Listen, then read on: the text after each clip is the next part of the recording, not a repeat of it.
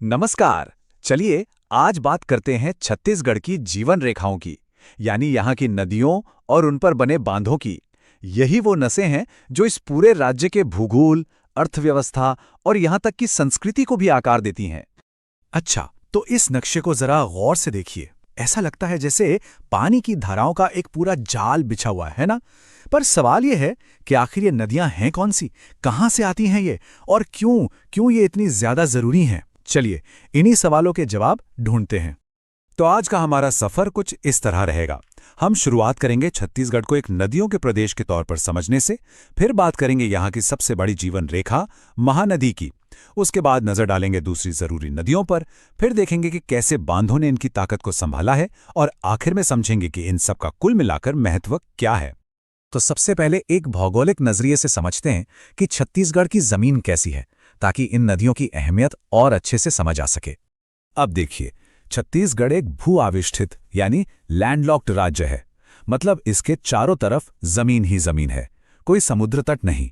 तो ऐसे में पानी का सबसे बड़ा जरिया क्या होगा?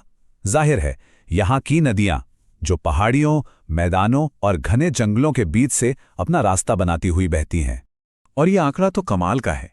इससे साफ पता चलता है कि यहाँ एक नदी तंत्र का दबदबा है। छत्तीसगढ़ का आधे से ज्यादा मतलब करीब 56% हिस्सा महानदी और उसकी सहायक नदियों के बहाव क्षेत्र में आता है। तो ये तो तय है कि हमारी ज्यादातर बात इसी नदी के इर्द गिर्द घूमेगी।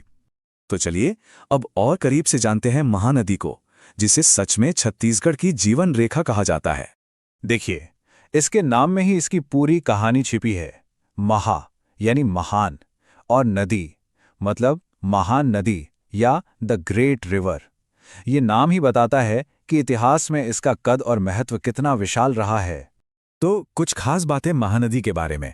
इसका उद्गम होता है धमतरी जिले की सिहावा पहाड़ियों से। इसकी कुल लंबाई तो लगभग 900 किलोमीटर है, पर छत्तीसगढ़ के अंदर ये करीब 286 किलोमीटर का सफर तय करती है। और यहाँ एक बहुत ही दिलचस्प बात सामने आती है। महानदी की जो सबसे बड़ी सहायक नदी है शिवनाथ, उसकी कुल लंबाई राज्य के भीतर महानदी के प्रवाह से भी ज्यादा है। सोचिए कितना विशाल और फैला हुआ है ये पूरा नदी तंत्र। लेकिन महानदी का हमेशा से सिर्फ एक ही रूप नहीं रहा। एक जमाना था जब इसकी विनाशकारी बाढ़ के कारण इसे उड़ीसा का शोक भी कहा जाता था। ये सिर्फ जीवन देती ही नहीं थी, कभी कभी ले भी लेती थी। अच्छा, महानदी तो सबसे प्रमुख है, पर कहानी यहीं खत्म नहीं होती। और भी कई अहम नदियां हैं जो राज्य के अलग अलग हिस्सों की प्यास बुझाती हैं और उन्हें सींचती हैं। इनमें एक बड़ा नाम है इंद्रावती नदी का। ये दक्षिणी बस्तर क्षेत्र के लिए बहुत जरूरी है। और एक खास बात यह है कि ये गोदावरी बेसिन का हिस्सा है, यानी एक बिल्कुल अलग नदी प्रणाली। फिर आती है हसदेव नदी। ये महानदी की ही एक बड़ी सहायक नदी है और हसदेव बांगो बांध के लिए काफी जानी जाती है। ये एक बहुत बड़ी बहुउद्देशीय परियोजना है, जिसकी बात हम थोड़ी देर में करेंगे। इनके अलावा भी अरपा, मांड, जोंक और शिवनाथ जैसी कई नदियां हैं। भले ही ये महानदी से छोटी हों, पर अपने अपने इलाकों और शहरों के लिए इनकी अहमियत किसी भी बड़ी नदी से कम नहीं है। तो अब सवाल ये उठता है कि इन शक्तिशाली नदियों के बहाव को नियंत्रित कैसे किया जाता है और इनकी ताकत का इस्तेमाल कैसे होता है? इसका जवाब है बांध। जिन बाढ़ों की वजह से महानदी को शोक का नाम मिला था, उन्हीं को काबू करने के लिए और नदी के पानी को सिंचाई और बिजली उत्पादन जैसे कामों में लगाने के लिए बांधों का एक पूरा नेटवर्क तैयार किया गया।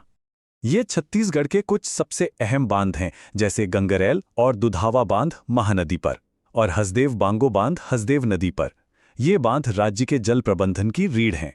तो अब इन सारी कड़ियों को जोड़ते हैं और समझते हैं कि ये नदियां सही मायने में छत्तीसगढ़ की समृद्धि का आधार कैसे हैं। तो ये नदियां क्यों इतनी मायने रखती हैं? ये सिर्फ पानी नहीं है, ये खेती के लिए सिंचाई देती हैं, उद्योगों और घरों के लिए बिजली पैदा करती हैं। इनका गहरा सांस्कृतिक और धार्मिक महत्व है। ये जंगल और वहां के जीवन को सहारा देती हैं। सच कहें तो ये नदियां ही छत्तीसगढ़ के पूरे भूगोल और अर्थव्यवस्था की नींव हैं।